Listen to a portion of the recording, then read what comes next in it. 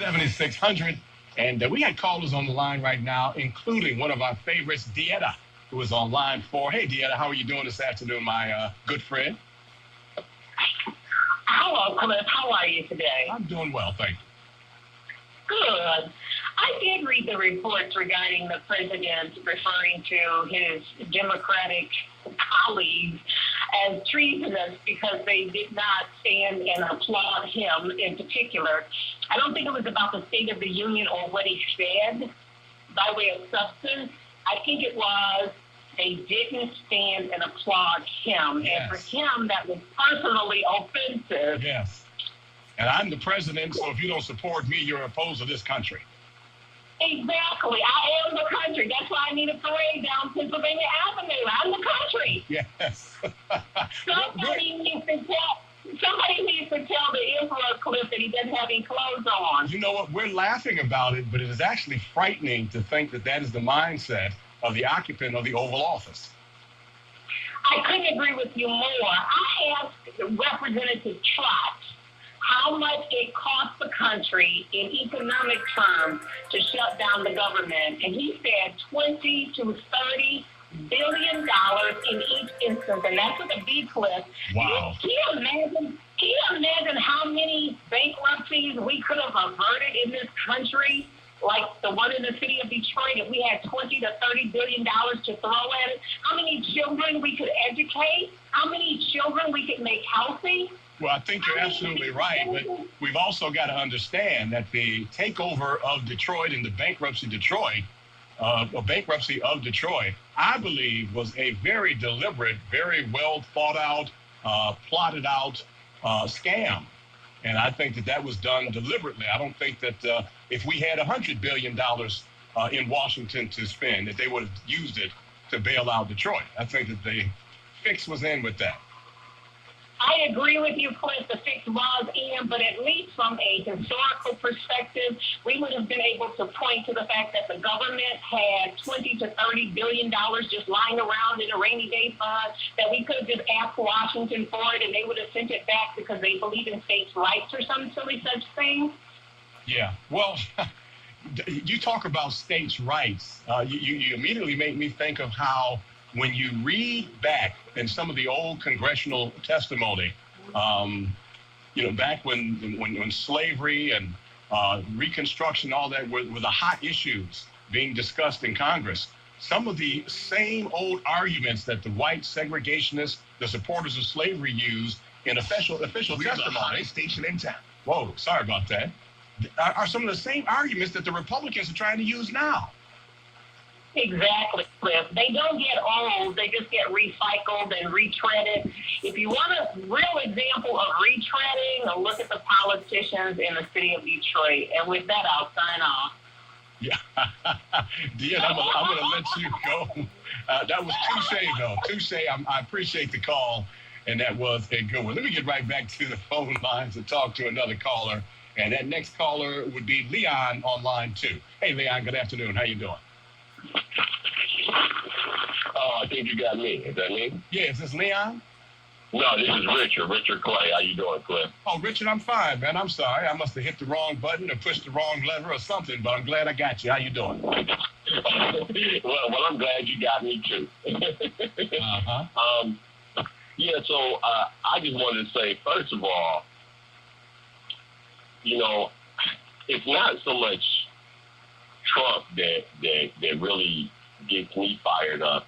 It is the fact that you have a Congress, a full, Republican Congress that backs him up because he couldn't continue down this pathway if they did not support him all over this country and in both houses of Congress. They could easily tap the guy on the shoulders and say, hey, man, pump the brakes, but they don't. And in order to get their way and to have their agenda, they're willing to support so much of what they always said, so many things that they said they stood against. They're willing to sacrifice all values and all decency, to the country that they so-called love in order to have this guy in there ramming through their agenda. So that's a real eye-opener for me. And then as it regards to us, You know, see, I don't know. I listen to people who call the station often, and we have a lot of great callers, but then we have a lot of really great top flight complainers who complain, but when it comes time to put boots on the ground, you don't really see them out in the community. They're not really helping us to change things for our children. Mm-hmm. I've been an activist and a grassroots leader in this city since I was 21 years old, Cliff.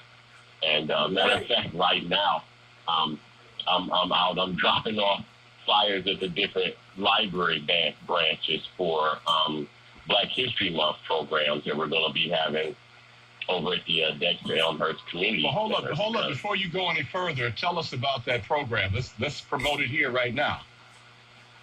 Okay, well, it's a program series, and it's free to the public. There will be 3 dates this Saturday, February the 10th, from 1 to 4. There's going to be a documentary film we're going to show on Marcus Garvey, one of the greatest Black leaders and most successful Black leaders of all time. And we're going to show that, and then we're going to have a discussion, a community discussion on that. So it won't be just your average sit down, shut up, and listen to a lecture type presentation. It'll be the film, and then we're going to discuss that film and what things are relevant from Marcus Garvey to today. Since so many of our leaders, Elijah Muhammad, Noble Drew Ali, Malcolm X, right, and Martin Luther King all learned from Marcus Garvey. What organization is sponsoring this, Richard? The Dexter Elmhurst Community Center, but it's sponsored by People for Utilities Reform. Okay. And do they have a website? Because it sounds like you got a lot of information, and I got to get to some other callers, but I want people to get the information. So is there a website they can go to? They can just go to Dexter Elmhurst Community Center on Facebook, and it's there.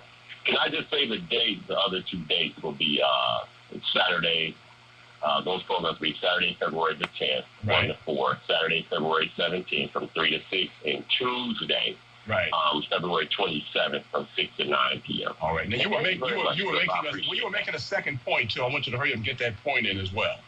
Yeah, that second point was that we, as a people, we can only avoid falling into these pitfalls and continue to fall for anything when we really know our history. And I've heard you making that point. As a student of history, we got to know our history, and we don't fall for all this nonsense that's out here.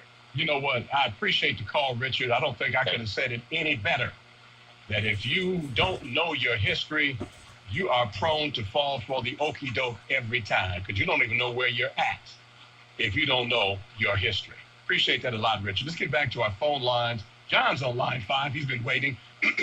Clear the throat, Cliff. Sorry about that. Hey, John, good afternoon. How you doing? Yeah, well, sorry, Russell. Good afternoon.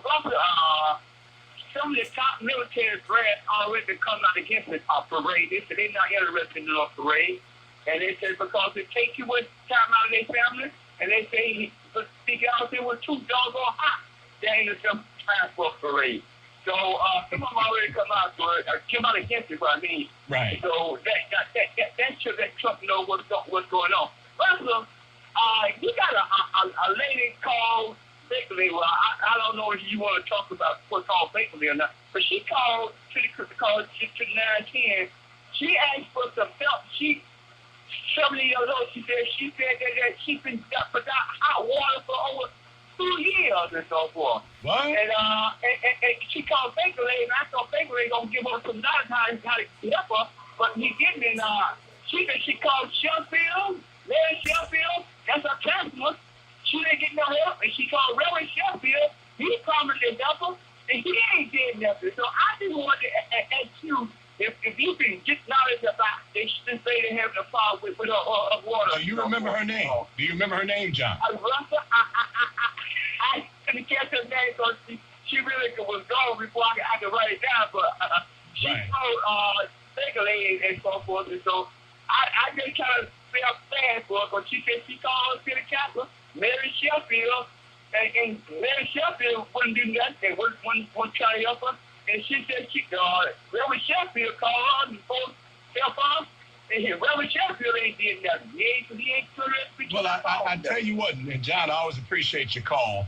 I'm not going to throw Mary Sheffield or Reverend Sheffield under the bus. I don't know what they did or tried to do, but if whoever that lady is calls this show and explains that she is the lady that John was talking about and that she has that issue, we will see what we can do to help her, because I can assure you, we try a lot on this show to help out folks as best we can, and that sounds like a pretty serious situation too. And so as she calls here, we'll do what we can for her, John. I appreciate the call a lot. Before we get back to the other callers, this whole notion of a military parade, to me, takes us even further into the mind of Donald Trump. I'm looking at some of the comments that are coming up on the news stations that are on the screens in front of me here in the studio. And you've got the head of the military saying, look, can we have some options to honor the military as opposed to a military parade? Why does Donald Trump want a military parade other than to try to exalt himself as the great leader of this country? And we already know he has an obsession with that. But I mean, that almost speaks to a mental condition as far as I'm concerned. And what message are you trying to send with a big military parade going down Pennsylvania Avenue in Washington, D.C.? You know, but it's right in line with a lot of other things. And let me clarify again to some of the folks who have been critical of me, saying, I hate Donald Trump and I love the Democrats. First of all, I am not a Democrat. And I do not support any Democratic candidates or parties or anything like that. So I'm fiercely independent when it comes to my political beliefs and how I vote.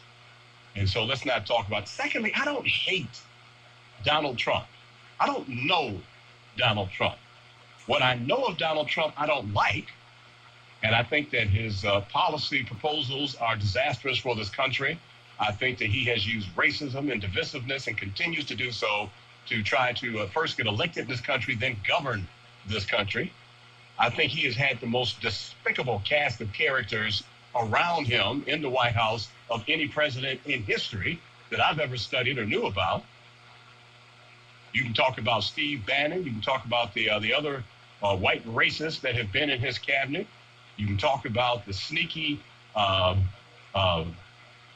Mike Flynn's and Manafort's and people who have done illegal, almost criminal things, certainly criminal things in certain instances. And so folks who don't understand or recognize that, I don't understand. I don't understand why there is not unanimity in the concerns I have about what is happening in Washington, D.C. right now. But you can certainly tell me about it. 313-778-7600, 313-778-7600. Let me get back to our phone lines. And I believe Leon is on line one. Leon, thanks for calling. Thanks for waiting. Good afternoon to you, my friend. Thanks for taking my call, Cliff. As usual, you have a very stimulating show today. And I want to say, in my humble opinion, a couple things. Two callers back, he mentioned CJ. So in between holding, I watched it. And very, very bright young man. And I want to speak to that. We live in a